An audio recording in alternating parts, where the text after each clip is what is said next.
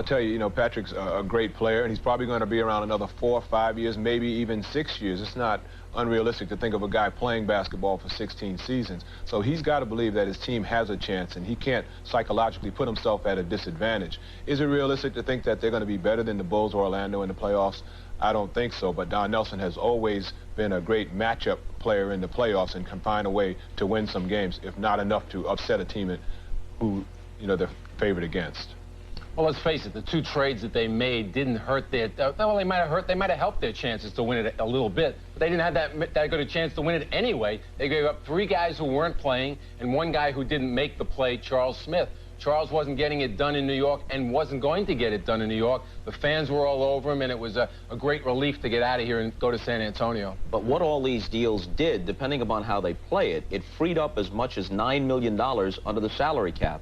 And now we hear talk of people like Alonzo Mourning, maybe Tim Hardaway, Juwan Howard, Reggie Miller, all being eyed by the Knicks, potentially. Well, as long as we're talking, Bob, my feeling is that they have a chance to go out and get Michael Jordan.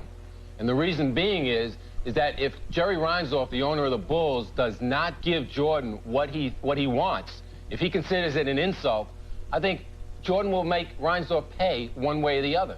And the best way to make him pay would be to come to New York for less money. And I've thrown that by Jerry Reinsdorf, and he says he doesn't really think that Michael's that kind of a guy, that he would be that vindictive. But I think there's a tremendous ego right here, and Michael just might do that. But it has to be for much less money, because only a guy's present team can pay him over and above what the salary cap allows. And David Falk, Michael's agent's been talking about $25 million.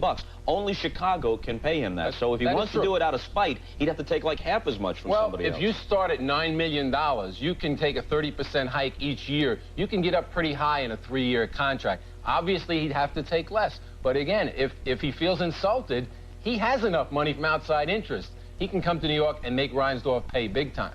I would imagine he has enough money from outside interests.